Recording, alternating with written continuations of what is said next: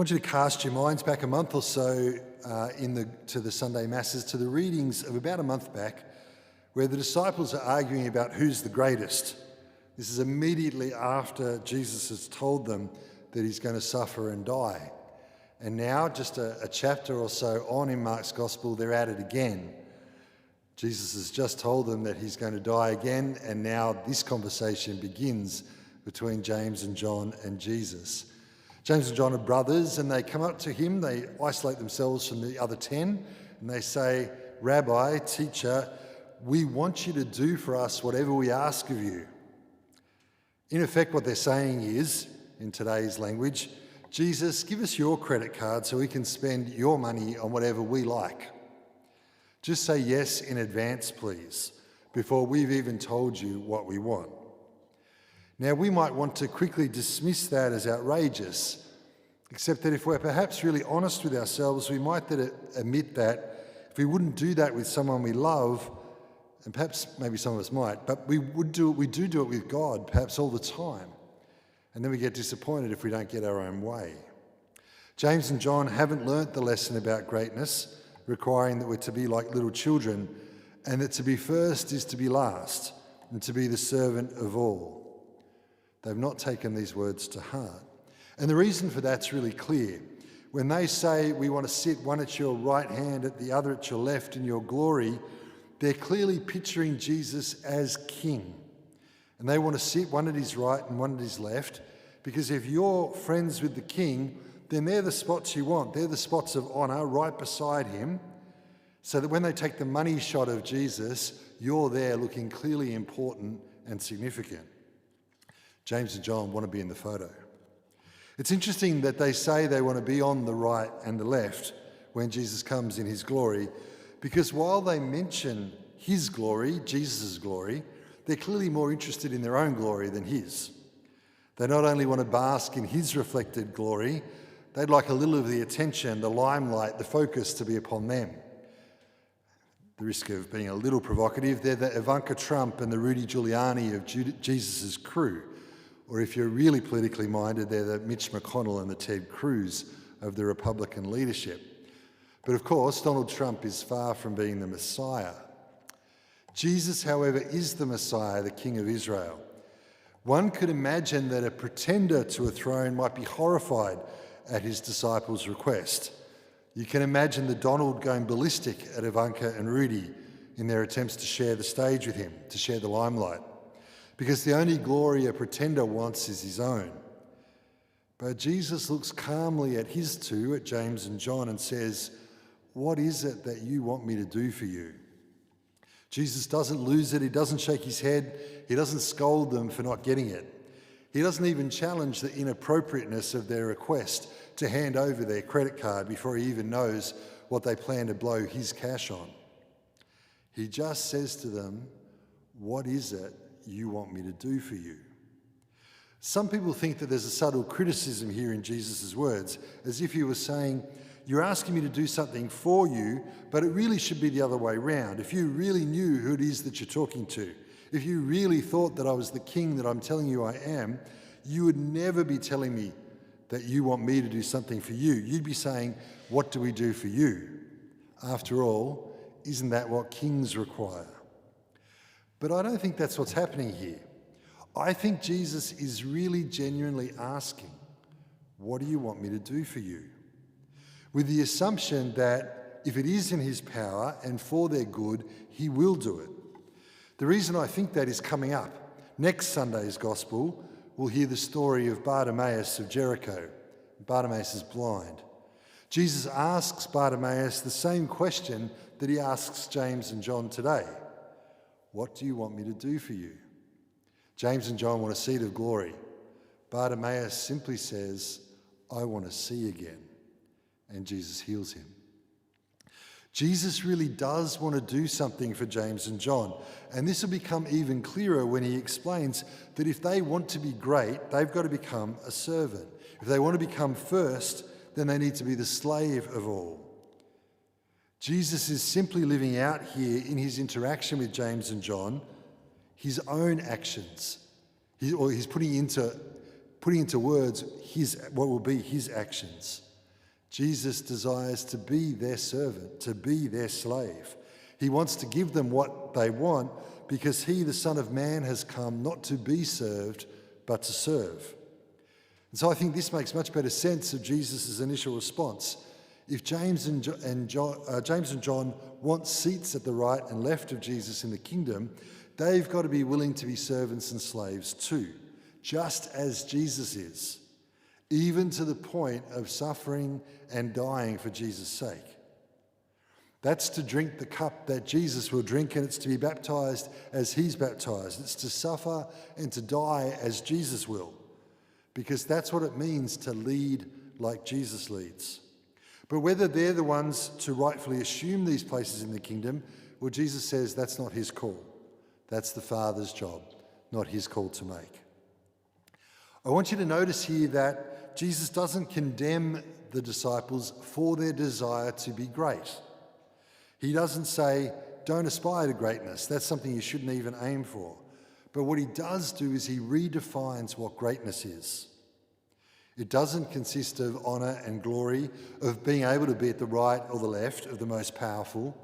It consists of serving. It consists of giving as Jesus does. Jesus wants you and I to be great, but he wants us all to know that the path to such greatness lies in our service. Jesus tells us that his greatness, his glory, lies not in his place on the throne at the very right hand of God, but in giving his life as a ransom for many. In Jesus' time, a ransom was paid to free a slave from servitude. And so the gift of Jesus' life on the cross is the ransom, the price that sets us free. Us who are enslaved to sin and death, we become free by Jesus' action upon the cross. Jesus, the truly free one, becomes a slave upon the cross so that we who are enslaved to sin and death might be free from those terrible powers in our lives. This means that Jesus' true glory is the strange glory of the cross.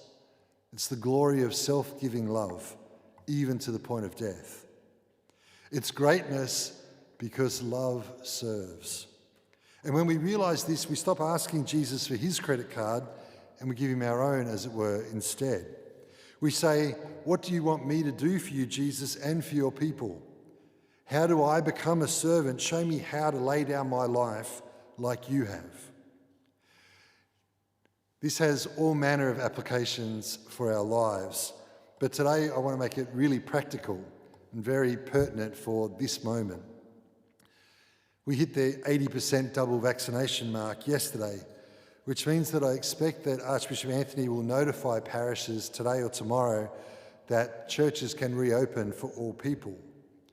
Since the pandemic began, we here at St Declan's have always sought to provide Mass for as many people as possible as soon as we were able to do so, while at the same time ensuring that we did all we could to ensure people's safety. The principal reason for this decision is that the Eucharist is the centre of our parish's life. It's the centre and heart of our church's life. I wanted to communicate by this to all of you that the Mass matters, to show by our actions as a parish that the worship of God is the most important thing we do as human beings, and that the Mass lies at the very heart of our worship.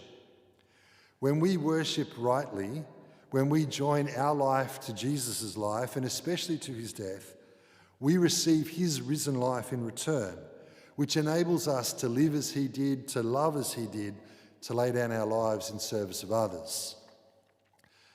So it's my intention, after only announcing via email during the week that we'll open up on the last weekend of October, to say instead that we're going to open up earlier than we'd originally communicated. It's been a long time for you to be without the comfort and the life-giving power of the Eucharist. And so I expect that we'll have a public celebration of Mass open to everybody on Tuesday or Wednesday of this week, but I won't have a firm date until the Archbishop confirms this. You'll be notified about when we open, about when those Masses will happen, through our normal means of communication, our website, our parish app, and we'll email you. It could be as early as tomorrow, but I do think it'll be by Wednesday at the latest. And so we'll revert to our normal weekday Mass timetable that we had prior to lockdown. Please note too that confessions will resume at 5 p.m. on Saturday evenings, and we're going to add 7 p.m. on Thursday evenings as well during the time of adoration, so that people have a chance to go to confession, as it'll have been some time since you were able to do so. This all means too that we will have our first Sunday Masses next weekend. That's the 22nd and 23rd of October. As I emailed you during the week, the Saturday Vigil, the Sunday 7 a.m. and the Sunday 11 a.m. Masses will be here in the church, and will require you to pre-register in advance through the email that you'll be sent or via the website. The Sunday 9 a.m. and 6 p.m. Masses will be held in the church car park behind me. You won't need to book for these two outdoor Masses, but you are going to need to bring a chair to sit on. We're going to do everything that we can to keep you safe during these Masses. We're having two outdoor Masses because we know that some people are going to feel more comfortable in an outdoor environment. We've also been mindful that older people perhaps, prefer the church, and the challenge of carrying chairs can be difficult, and so we've retained those three Masses, Saturday night at 6 p.m, 7 a.m. and 11 a.m. here in the church. In keeping with the government's requirements, the usual safety precautions that we've become accustomed to will all be in place, as well as some further measures to minimise the risks that are involved.